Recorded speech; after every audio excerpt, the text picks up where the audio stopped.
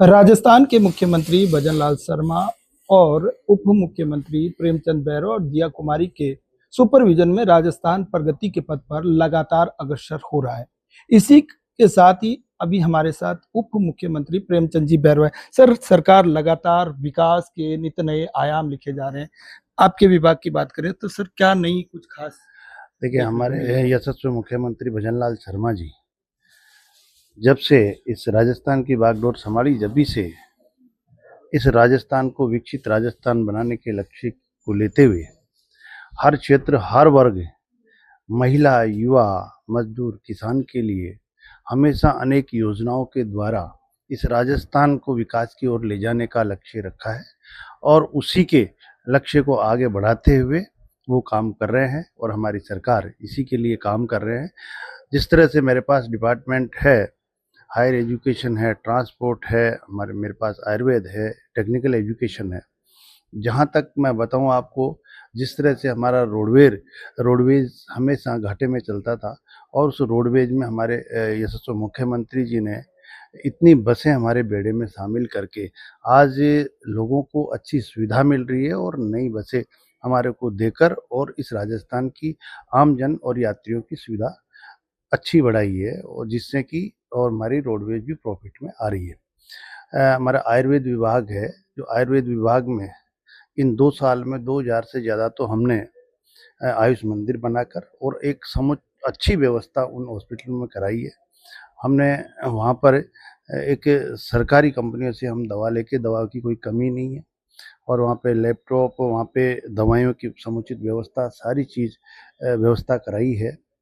मैं मानता हूँ कि राजस्थान ही एक ऐसा प्रांत है जो अभी के बजट में सभी राज्यों से ज़्यादा बजट राजस्थान को मिला, क्योंकि राजस्थान में काम हुआ है और आगे भी काम होगा।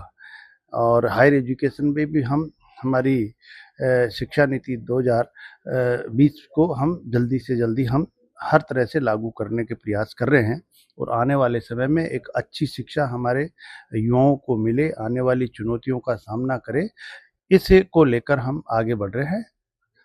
सर, राइजिंग राजस्थान की बात करें तो सरकार ने बहुत महत्वपूर्ण कदम उठाया और कई जो है प्रवासी है वो भी राजस्थान आ रहे हैं। आज राजस्थान विकसित होता जा रहा है, लेकिन विपक्ष लगातार कहीं न कहीं जो इस तरह की बातें करता है वो कितना उचित है, क्योंकि सरकार काम कर रही है। देखिए, हमारे यशस्वी मुख्यमंत्री जी ने जब सरकार बनी और सरकार बनते ही राइजिंग राजस्थान समिट यहाँ पर आयोजित किया और उसमें 35 लाख करोड़ से के एमओयू हुए और उनमें से 8 लाख के करीब एमओयू धरातल पे भी आए हैं।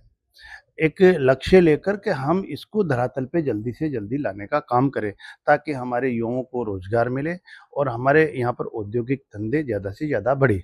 इसमें हमारे जो प्रवासी राजस्थानी हैं, वो विदेशों में भी है, हर राज्य में भी है, उनका इंटरेस्ट भी हमारी अपनी मातृभूमि की ओर काम करने का, क्योंकि राजस्थान एक अपार संभावनाओं का क्षेत्र है, जो पर्यटक की दृष्टि से है, जो माइनिंग की दृष्टि से हो, चाहे हमारे सोलर ऊर्जा की दृष्टि से हो, हर तरह से हमारा राजस्थान एक संपूर्ण संभावनाओं को लेते हुए है। इसलिए हर व्यक्ति यहाँ आना और यहाँ औद्योगिक स्थापित करने के लिए इंटरेस्ट है। उनको ज़रूरत थी कि हमारी सरकार हमारे को सहयोग करे, सरकार हमारा साथ दे। तो इसी को आगे बढ़ाते हुए हमारे यशस्वी मुख्यमंत्री जी ने सरकार की तरफ से एकल खिड़की योजना के तहत उनको हर सुविधाएं देना और उनको हमारे प्रवासी राजस्थानियों को बुलाकर एक दिवस मनाने का भी काम किया और उनको सम्मान देने का भी काम कर रहे हैं। निश्चित रूप से आने वाले समय में ये ज़्यादा से ज़्यादा प्रभावी होगा। सर, एक अंतिम सवाल, पेयजल को लेकर सरकार बेहतरीन काम कर रही है। जैसे अभी ईआरसीपी जो योजना थी उसको भी किया है, अब और लाने वाले हैं। राजस्थान वैसे जल के देखो, लिए ये संकट बहुत माना जाता था। बड़ा काम होगा जो हमारे यशस्वी मुख्यमंत्री जी ने ये हमारे यमुना जल समझौता करके और ये काम कर रहे हैं। आने वाले समय में हमारे किसान भाइयों के लिए, हमारे आम जन के लिए पेयजल का भी समाधान होगा और एग्रीकल्चर के लिए भी इसमें काम होगा। और हमारे जो पेयजल की समस्याएं जितने भी हैं, हमारे मुख्यमंत्री जी अभी गर्मी से पहले ही हमारे माननीय मंत्री जी और सब मिलकर गर्मी में लोगों को पीने के पानी की समस्या नहीं, इसके लिए ठोस कदम उठाते हुए काम कर रहे हैं। तो बिल्कुल सरकार लगातार ठोस कदम उठाते हुए कार्य कर रही है और आने वाले समय में भी सरकार के कई महत्वपूर्ण कामकाज आपको नजर आने वाला है। सुजस टीवी के लिए जोधपुर से जितेंद्र डूडी की रिपोर्ट।